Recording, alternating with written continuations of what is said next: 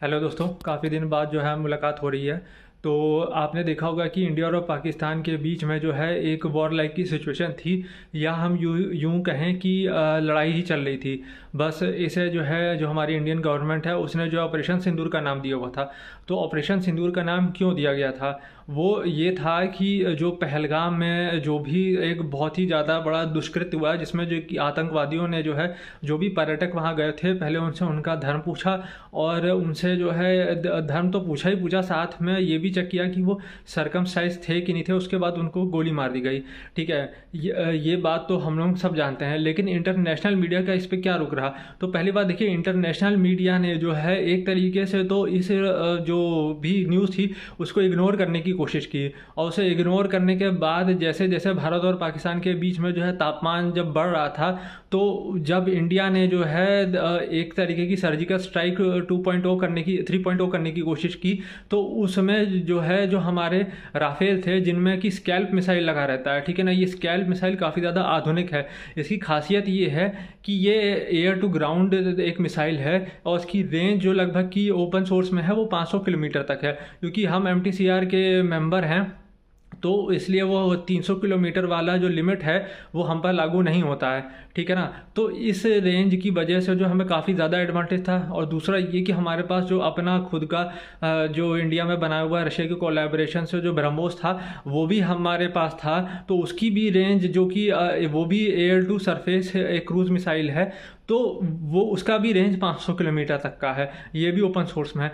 तो उसकी वजह से हमको एक रेंज का एडवांटेज था कि हम अपने एयर स्पेस में रहते हुए बिना अपने फाइटर जेट को जो है जोखिम में डाले हुए हम उन पर अटैक कर सकते थे। ठीक है, तो हमने उसी ऑप्शन को चूज़ किया, और हमने जो है डीप इनसाइड पाकिस्तान में जाकर जो है वहाँ पे जो भी क्या कहते हैं टेरर इंफ्रास्ट्रक्चर था, हमने उनको टारगेट किया। ठीक है। तो इस बीच में क्या हुआ कि जो जैसा कि पहले से ही पता था कि पाकिस्तान के भी जो फाइटर जेट थे उन्होंने हमारे फाइटर जेट को इंटरसेप्ट करने की कोशिश की है। ठीक है।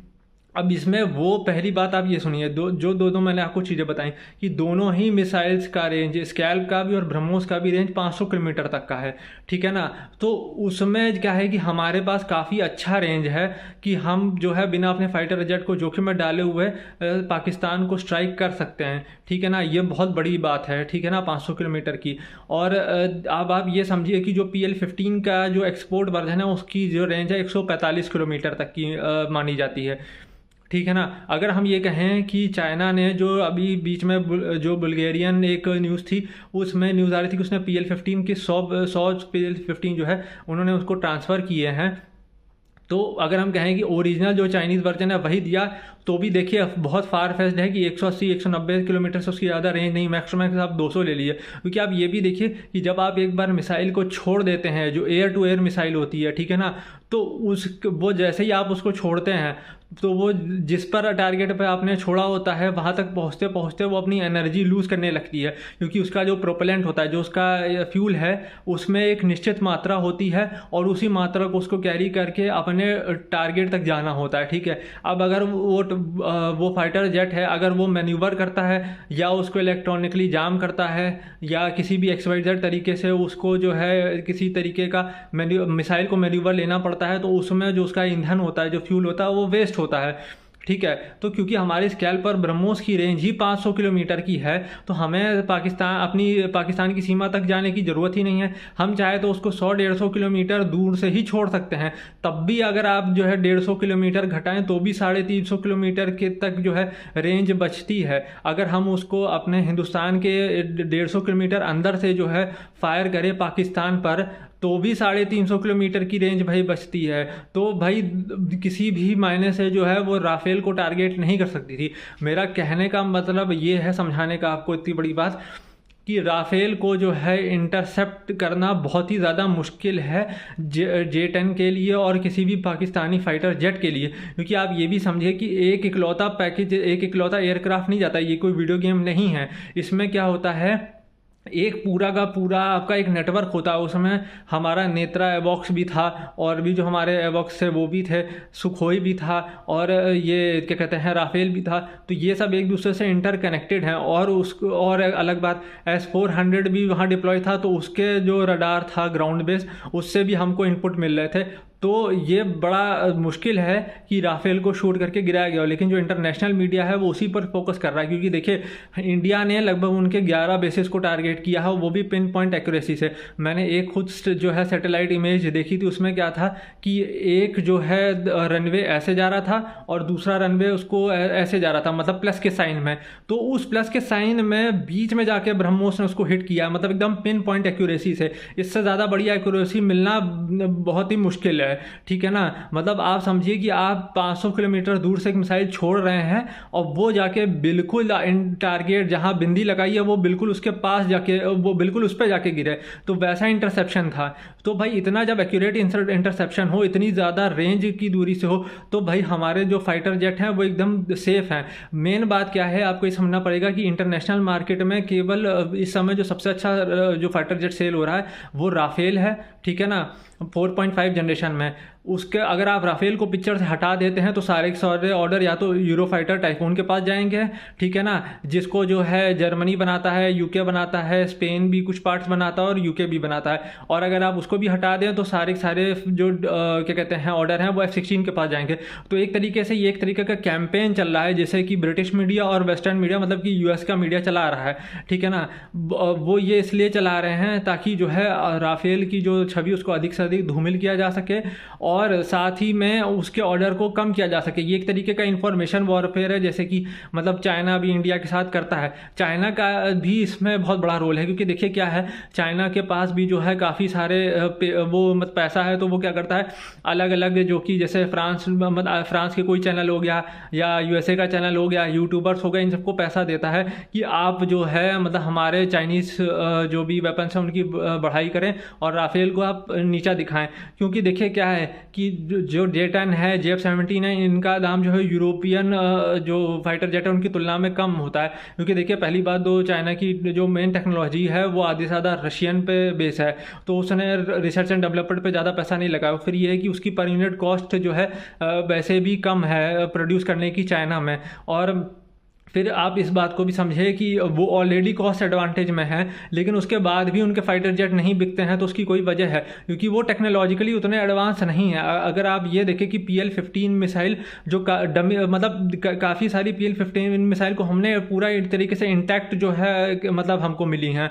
और तो आप ये सोचें कि उनकी मिसाइल जिसकी इतनी बात की जाए कि 200 किलोमीटर रेंज है, 250 किलोमीटर रेंज है, वो पूरी आपको इंटैक्ट मिल रही है। तो उसका मतलब ये कि वो अपना जॉब नहीं कर रही हैं, वो फाइटर जेट पर ढंग से निशाना नहीं बना पा रही हैं। उसका रीज़न ये कि हमारे यहाँ की इलेक्ट्रॉनिक वॉरफेयर जो ग्राउंड बेस्ड सिस्टम है और जो सुखोई में जो हमने अपग्रेड किए हुए हैं, राफेल में जो अपग्रेड किए हुए हैं, वो अच्छे हैं। और देखिए हमने उनके अगले दिन जब वो दूसरे दिन आए हम पर अटैक करने के लिए, तो हमने अपने जो एयर डिफेंस सिस्टम है जो कि आकाश तीर है उसके द्वारा जो है हमने उनको डिटेक्ट किया और फिर हमने उनको बखूबी काफ़ी अच्छे तरीके से निशाना बनाया। S-400 ने काफ़ी अच्छा परफॉर्म किया, उसने उतना अच्छा परफॉर्म तो रशिया में भी परफॉर्म नहीं किया था। उसका रीज़न ये था कि उसका सिर्फ एक रीज़न है कि आकाश तीर और जो हमारा एक अपना आकाश जो एयर डिफेंस सिस्टम है वो जो है उसका भी साथ उसको मिला। क्योंकि देखिए जो इंडिया का एयर डिफेंस सिस्टम है वो काफ़ी बढ़िया है। पहले आपको इसमें जो है एक पूरा सैटेलाइट का नेटवर्क भी है, तो आपको इन सब चीज़ों को भी जो है देखना पड़ेगा। जो भारतीय मीडिया वो S-400 कह रहा है, भाई जो अपना आकाश है आप उस पर भी ध्यान दें। जो आकाश तीर है, जो हमारे अपने लॉइटरिंग एम्यूनिशंस हैं, जो हमारी अपनी देसी ब्रह्मोस है, वो भी हमको जो है उस पर उसकी भी जो है बढ़ाई करनी चाहिए कि भाई हमको ज़्यादा से ज़्यादा अपने जो प्रोडक्ट हैं, जैसे कि हमारा जो एक 100 है जो कि एंटी एयरफील्ड वेपन है जो कि इस लड़ाई में हमने यूज़ किया है, उन सब की आप बात करें, ना कि आप सिर्फ S-400 या S-400 गा रहे हैं। S-400 क्यों सक्सेसफुल हुआ है आपको इस बात पे भी ध्यान देने की जरूरत है, क्योंकि हमारे पास एक पूरा नेटवर्क सिस्टम था, इंटीग्रेटेड सिस्टम था, जिसकी वजह से S-400 अपने फुल पोटेंशियल पर यूज़ हो पाया है। अगर इनमें से कोई भी एक कंपोनेंट अपना काम ना करे तो S-400 ढंग से काम नहीं कर पाएगा। आजकल की लड़ाई काफ़ी ज़्यादा कॉम्प्लेक्स है और हमको इस बात को समझना पड़ेगा।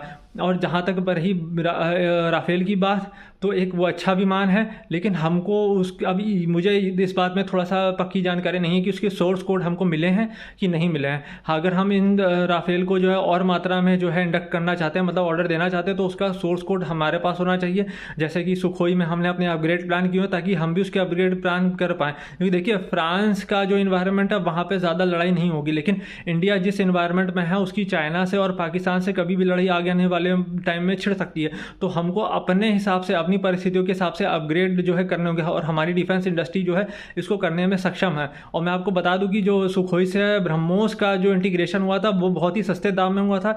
रशियन लोग जो उसके काफ़ी ज़्यादा पैसे मांग रहे थे, हमने उससे ज़्यादा बेटर इंटीग्रेशन जो ब्रह्मोस का सुखोई से हुआ है वो किया, और भी बहुत ही कम दाम में, मतलब आधे से भी एक तिहाई से भी कम दाम में किया है। तो आप ये समझिए कि हमारे यहाँ वो इंजीनियर्स मौजूद हैं जो कि बहुत अच्छा काम करते हैं। इसीलिए राफेल के सोर्स कोड है ना हमारे पास बहुत ज़्यादा ज़रूरी है। अगर प्रॉपर इंटीग्रेशन और सोर्स कोड हमें नहीं मिलता तो हमें और राफेल आगे ऑर्डर नहीं करने चाहिए, ठीक है ना। बाकी मेरे हिसाब से इंडिया को स्कैल्प जैसी मिसाइल पर खुद भी देसी वर्जन भी उसका तैयार करना चाहिए। हमने जो है सुपरसोनिक मिसाइल में जो कि अगर है उसमें हमने काम किया हुआ है, वो ज़रूर करना वो उस पर, लेकिन स्कैल्प जैसी एक मिसाइल भी हमारे पास होनी चाहिए जो देसी वर्जन उसका। और जो अस्त्रा का इंटीग्रेशन है जो कि एयर टू एयर मिसाइल है, उसका ऑल इंडिया की जितनी फ्लीट्स हैं, सुखोई हो गया, तेजस हो गया, इन सब में जो इंटीग्रेशन पूरी तरीके से होना चाहिए। अस्त्रा MK2 और अस्त्रा MK3 पर काम तेज़ होना चाहिए।